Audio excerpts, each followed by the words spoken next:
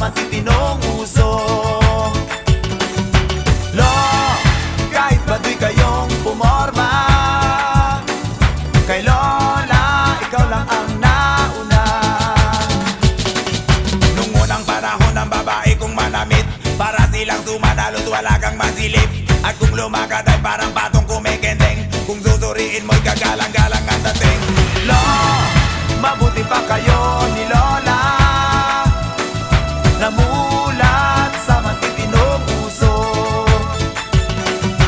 Lo, kahit baduy kayong pumorma, kay Lola, ikaw lang ang nauna.